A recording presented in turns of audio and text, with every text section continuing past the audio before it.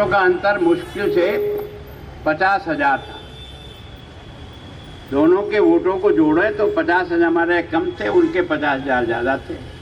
हमारी सीट 74 थी, उनकी सीट लगभग 96 थी। सीटों का अंतर था और इसके कारण से उनको सरकार बनाने का मौका मिला। कोई बात नहीं, लोकतंत्र का सम्मान है, जिसका बहुमत आता है वो सरकार बने।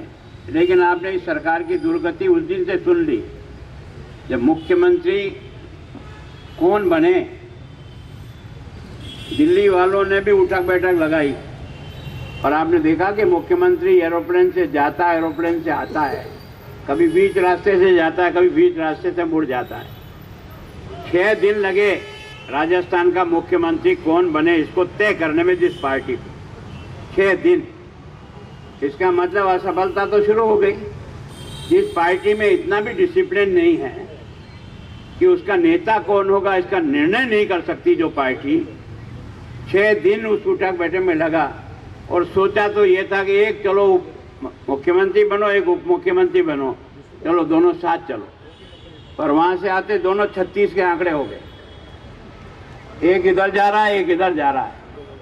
और हद तो उस समय ही जब वास्तव में मैं तो विधानसभा में था, पिछली बार भी था, ये मुख्यमंत्री जी भी थे।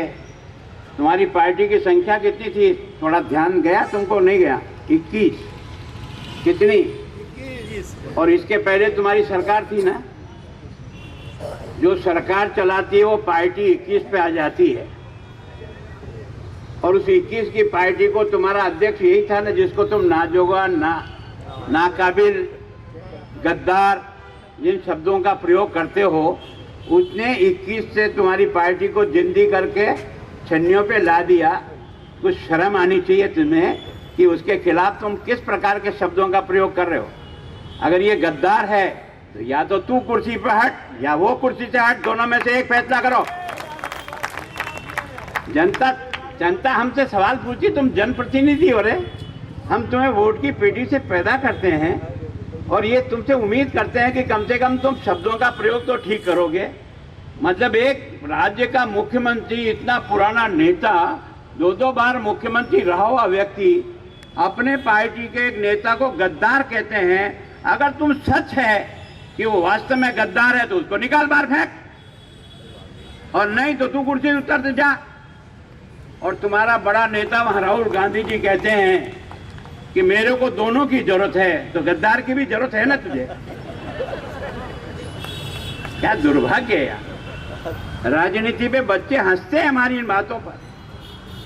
बच्चे कमेंट करते हैं, ऐसे ऐसे पोस्ट डालते हैं कि आप और मुझे राजनीति में काम करते हो शर्म आती है। तुम्हारा मंत्रिमंडल है, एक मंत्री कहता है बोलेरो में बैठ के जाओगे,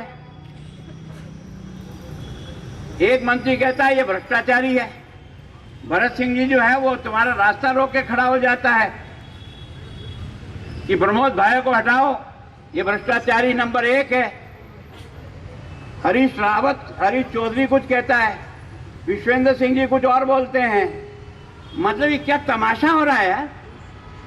जिस सरकार के सहयोगी लोग अगर इस भाषा का प्रयोग करें और उसके बाद भी ये मौन बैठा रहे, इसका मतलब तेरे को केवल कुर्सी चाहिए, लोकतंत्र के मूल्य नहीं चाहिए ना। लोकतंत्र की बेइज्जती होती रहे तू देखता रहे और तेरे सामने कुर्सी सबसे बड़ी है। अगर तेरे से नहीं संभलता तो यार कम से कम लोकतंत्र का सम्मान करके हट जा यार, और यार इसको ठीक ढंग से संभाल। और तेरी फौज को तो कम से कम काबू में रख।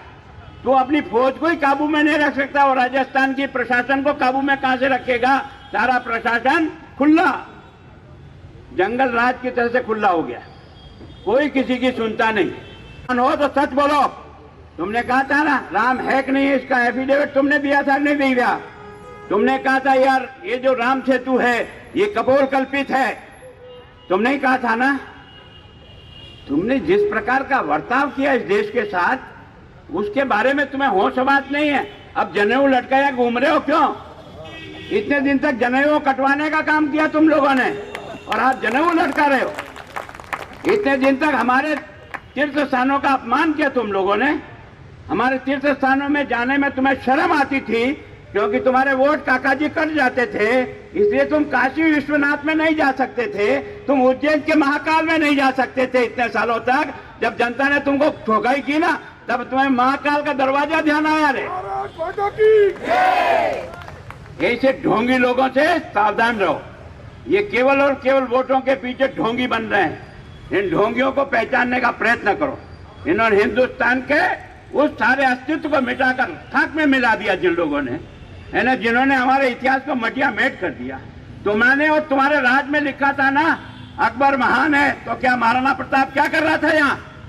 अकबर महान है। मेरे बच्चों को पढ़ाया तुमने वर्षों तक, अकबर महान है। तो महाराणा प्रताप ने क्या किया रे? अकबर महान हो गया जो देश के स्वाधीनता की लड़ाई लड़े, जो देश के धर्म और सम्मान की रक्षा के लिए लड़ाई लड़े, जो जंगल जंगल भटकता फिरे, आजादी का जंग लड़े, उसको तो तुम और अकबर महान हो गया। क्यों? केवल और केवल तुम्हारे दिमाग में सारी दिल्ली की रोड, ये हुमायूं रोड, ये अकबर रोड, ये बिरंजा रोड, औरंगजेब रोड, ये क्या तमाशा है यार? तुमने 40, 45 साल, 54 साल तक राज किया, लेकिन ये पहला देश का प्रधानमंत्री है जो राजपथ को कहता है ये कर्तव्य पथ है, राजपथ है, ये कर्तव्य पथ है। स्वाभिमान जगाने का प्रयास किया नहीं किया इस आदमी ने? आपके और हमारे अस्तित्व को जिंदा किया नहीं किया? अमेरिका जाता है तो अमेरिका को राष्ट्रपति आगरा का किला नहीं देता है, भारत की गीता भेंट करता है। दोस्त, गीता समझ में आता है? देश ऐसे खड़ा होता है, देश इस तरह से चलता है। तुमने तो ये समझा कि हर ये वोटों की खेती पक जाएगी, खत्म हो जाएगी, तुम्हारे दिमाग में नहीं आता था। और इस आदमी ने, देखो आपने आज अयोध्या को जिस रूप में लाकर आया, ये हमारा भगवान राम अगर चढ़ेगा तो हम लोगों को नहीं, काशी विश्वनाथ आज खड़ा हुआ तो क्यों हुआ? हमें सम्मान नहीं लगता है? आज अगर आप जाओगे बद्रीनाथ, केदारनाथ, स्वरूप बदला हुआ लगेगा यार। हमारे अस्तित्व को किसी ने जिंदा करने का प्रयास किया है, उसका नाम भारतीय जनता पार्टी है। तुमने उस अतीत को मिटाने का प्रयास किया, तुमने कोशिश की कि हमारे आस्था के केंद्र सब धराशायी हो जाए, हमारे आस्था के केंद्र जिंदा नहीं रहे, जिसके कारण से हम उसके साथ मरे और कटे। हमारे बाप दादा अगर मरे और कटे ना, इन आस्थाओं के केंद्र के लिए कटे हैं। अगर यहाँ श्रीनाथ जी को लाकर ठहराने का सवाल जब आया ना, तो कई राजाओं ने हाथ खड़े कर दिए थे। ये मेवाड़ का राजघराना है, जिसने कहा था मैं जब तक जिंदा हूँ श्रीनाथ जी आपका बाल बांका भी कोई नहीं कर सकता है। और इसलिए गशियार में आकर के उनको शरण दी और उसके बाद आपने स्थापित किया। हम लोगों ने मूल्यों के लिए लड़े हैं और मूल्यों के लिए मरे हैं। राज हमारे लिए कोई महत्व नहीं रखता है। अगर हमारा देश का अस्तित्व ही जिंदा नहीं रहेगा तो राज को क्या करेंगे? चाटेंगे गुलामों के साथ। यह है बेसिक अंतर, जिसके कारण से हम इस सारे चुनाव को, और इस सरकार ने आने के बाद ये उदयपुर है, 4 बजट पेश हुए, 19, 20, 20, 21, 21, 22, 23, 4 बजट। इनकी घोषणाओं को देखो। एक बजट में घोषणा की थी 50 करोड़ रुपया खर्च होगा, किसके लिए? ट्रैफिक व्यवस्था के लिए। कहाँ है बोलो? धरती पर कहाँ है? ये बताते क्या है कि ये जो कुमारों का भट्टा है, ये है, ये तो स्मार्ट सिटी का है। और ये स्मार्ट सिटी तुम पैदा होने के पहले ही स्वीकृत होके काम शुरू हो गया था। समझ में आता है कि नहीं आता है? ये स्मार्ट सिटी उदयपुर में जो लागू हुई ना, वो 16-17 में हो गई। उसके वर्क ऑर्डर और उसका टेंडर वेंडर सब हो गया। ये उसी पैसे में से पहले बना, और वो जो आगे का बन रहा है ना, वो यूआईटी के पैसे से बन रहा है, तुम्हारी सरकार के पैसे से नहीं है। और आज ये जो कह रहे हैं ना कि हमने चमाचम उदयपुर कर दिया, इसमें फुट्टी कोड़ी सरकार के नहीं है। फुट्टी कोड़ी सारा पैसा या तो नगर परिषद का है, या यूआईटी का है, या स्मार्ट सिटी का है। ये जो सड़कें आपको लगती ना, 40 करोड़ के वर्क ऑर्डर हमने दे रखे थे। मार्च तक के हमारा वर्क ऑर्डर जो है दिवाली के पहले पूरे हो जाने थे, लेकिन हमारे इंजीनियर भी तो इन्हीं के चापलूस है ना, जानबूझ करके इसको देरी करते जाते हैं। और अब आपने देखा G20 आ रहा है, इतनी रात और दिन लग रहे ताकि दूल्हा ठोको, 2 महीने के बाद पड़ते उखड़ जाएगी। ये है जिस सरकार का काम करने का तौर तरीका है। आज मेरा नौजवान बच्चा रोता है, इस 4 साल की सरकार से माथा फोड़ता है। इसके दर्द को समझो। अगर आपके घर में कोई बेटी और बेटा पढ़ा लिखा बेकार बेटा है तो क्या दर्द बयान करता है, कोई समझने को तैयार नहीं। यानी 4 साल में उस बच्चे को नौकरी के नाम से जो ठगाई हुई है ना, वो बच्चा ही महसूस करता है। 4 साल के बाद एक रीट की परीक्षा हुई, 17 लाख बच्चे परीक्षा देने आए थे। आपने और हमने यहाँ गली गली में स्कूल के सामने भोजन का पैकेट देने का काम किया। जनता ने उनको ठहराया, जनता ने उनको किया। बच्चे यहाँ से अपने ऊपर बस पे बैठे, कोई ट्रेन में बैठा है, 2, 4, 5 मर भी गए और उसके बाद परीक्षा देकर लौटे तो कहा कि पेपर आउट हो गया, इसलिए परीक्षा कैंसिल हो। में जो जिंदा है वो पेपर चोरी करते हैं और सारा का सारा राजस्थान का बच्चा भुगतता है। आक्रोश है या नहीं है उस बच्चे के मन में? क्या उसकी पीड़ा को समझते हैं? जब तुम्हें सरकार ने ये दी तब इस बच्चे को कहा था या तो नौकरी देंगे या तुमको 3500 रुपये हाथ खर्ची देंगे। 85,000 बच्चों को पहले से ही बेरोजगारी भत्ता देते थे, 85,000। इस सरकार के आने के बाद एक राइडर लगा दिया, अधिक से अधिक 1,62,000 बच्चों को वजीफा दे सकते हैं, 1,62। इसका मतलब आपने देखा होगा, उधर जो हम 65 दे रहे थे उसमें से 35 तो उधर बचे और बाकी बचा हुआ ये 62 इसमें 35 और 62 को जोड़ लो, ये 97,000 जो है ना बच्चे हैं, ये इस सरकार के आने के बाद वजीफा प्राप्त कर रहे हैं। और इस वजीफे पे भी क्या किया यार, उस बच्चे का दर्द समझो, रोता है वो बच्चा। वो ये कहते हैं कि 4 घंटे किसी दफ्तर में जाकर तुमको काम करना पड़ेगा, 4 घंटे, 3500 रुपये में 4 घंटे काम करेगा महीने का, रोज का क्या पड़ता है? 120 रुपया।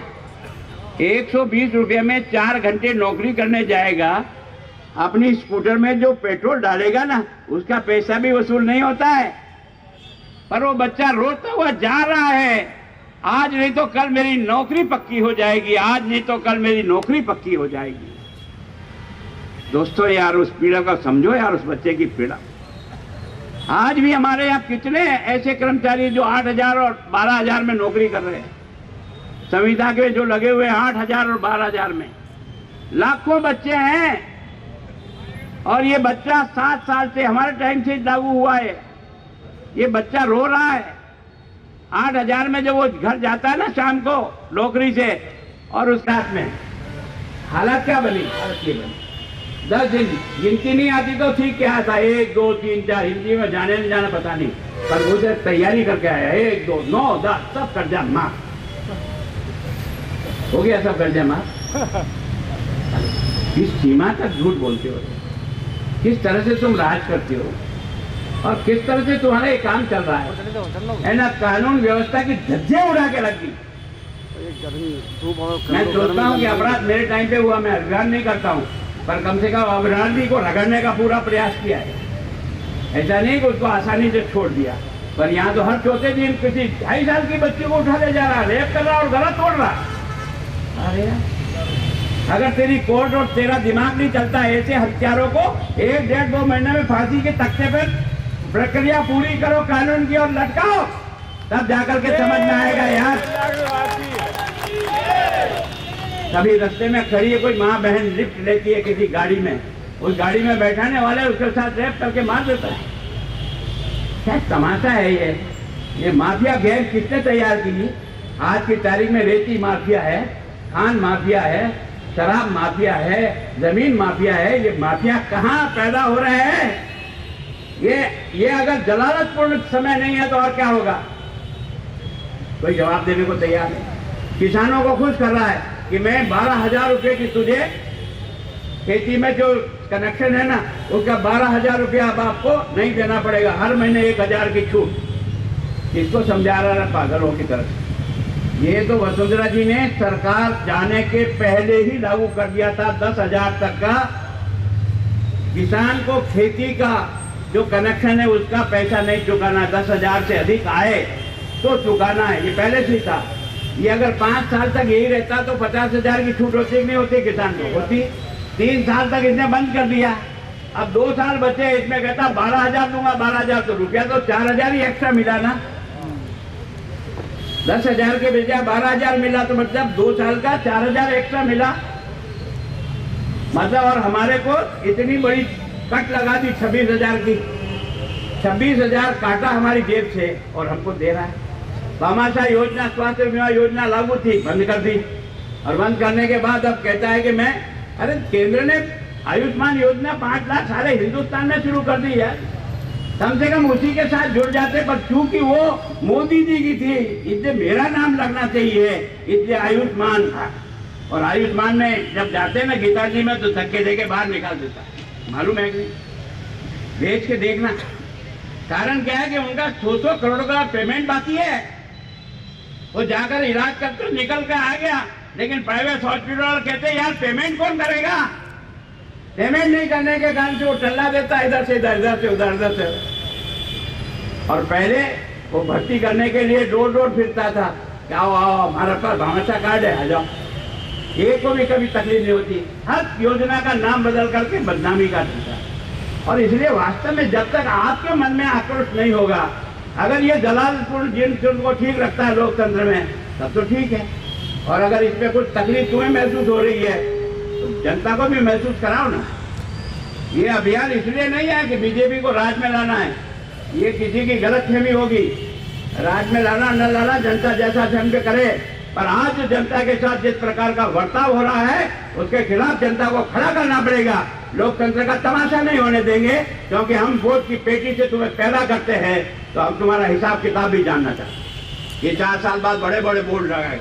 आजकल आपने देखा है कि उदयपुर में शहरी रोजगार गारंटी योजना, जितने आदमी नहीं लगे ना उतने तो बोर्ड लटक रहे हैं। ये तेरे प्रचार करने के लिए दिया है।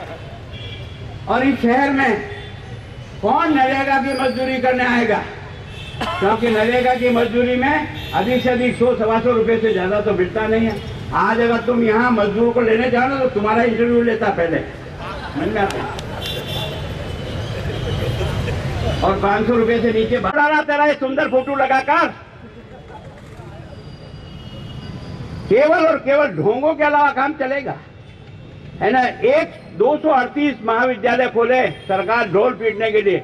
238 महाविद्यालय, एक मास्टर नहीं लगाया। एक मास्टर 238 महाविद्यालय में सिलेक्शन होकर के कोई टीचर नहीं लगा। गेस्ट फैकल्टी के टीचर लगे, गेस्ट फैकल्टी। और वो गेस्ट फैकल्टी के बच्चे रोते हैं क्योंकि उनको 16,000 की तनख्वाह मिलती है। एक कॉलेज में पढ़ाने वाला बच्चा, टॉपर, गोल्ड मेडलिस्ट, जब 16,000 रुपए की तनख्वाह लेकर घर लौटता है ना तो रोता है, पर मजबूरी है कि जाऊं तो जाऊं कहां?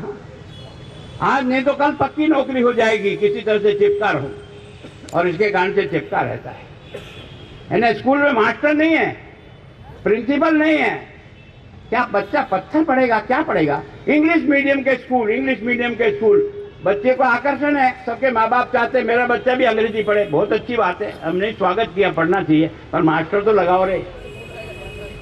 मास्टर लगाओगे तो बच्चा पढ़ेगा। और मैं आपको ईमानदारी से कह रहा हूँ, आप में से कोई अच्छा अंग्रेजी का अध्यापक हो ना, तो यहाँ लगे हुए मास्टर को 4 लाइनें अंग्रेजी के बोला कर दिखा लो कि वो अंग्रेजी बोलता है कि नहीं बोल सकते। नहीं, दुर्भाग्य नहीं है। केवल और केवल यह कोहनी में गुड़ लगा करके हमको नचाता रहता है यार। 4 साल तक इसने हमारे बर्बाद कर डाले। राजस्थान के शिक्षा का बंठा बैठा करके रख दिया आज की तारीख में। और आपने देखा जो पेपर आउट हुए ना, वो कहां से हुए? स्ट्रांग रूम से। और स्ट्रांग रूम की 2 चाबियां किसके पास? ये जो राजीव गांधी स्टडी सर्किल है ना, ये इनका एक संगठन है, प्रोफेसरों का, उसका संगठन है। उस संगठन के पदाधिकारियों के पास चाबी थी, और वही पदाधिकारी एक प्राइवेट कॉलेज चलाता है। ये जो पेपर आउट होते हैं ना, इन बड़े बड़े लोगों से होते हैं जो कोचिंग सेंटर चलाकर करोड़ों रुपया कमाने का जो धंधा कर रहे हैं ना, वो ले जाते हैं ये चोर करके पेपर और फिर बांट के खाते हैं। मैं और आप अपनी बच्ची के लिए अगर पेपर कहीं से मिल भी जाए ना, 2 लाख दे सकते, 3 लाख से उसके 5 लाख दे सकते, इससे ज्यादा तो नहीं दे सकते। तो फिर ये करोड़ों रुपया का हिसाब कौन करता है? ये करोड़ों रुपए हिसाब जिनके ही। और आपने देखा होगा बोर्ड का अध्यक्ष, जब ये जम्मू कश्मीर हमारे साथ मिल चुका है, जैसा आपने टीटी की थी उसके आधार पर, तो इसको हमारे में सम्मिलित करो। लेकिन नेहरू जी का दोस्त था अब्दुल्ला, इसलिए दोस्ती निभाने के लिए, हिंदुस्तान को बर्बाद करने के लिए नया कानून बनाया। द कलर्स 18 उदयपुर न्यूज को सब्सक्राइब करें और हमेशा अपडेट रहिए।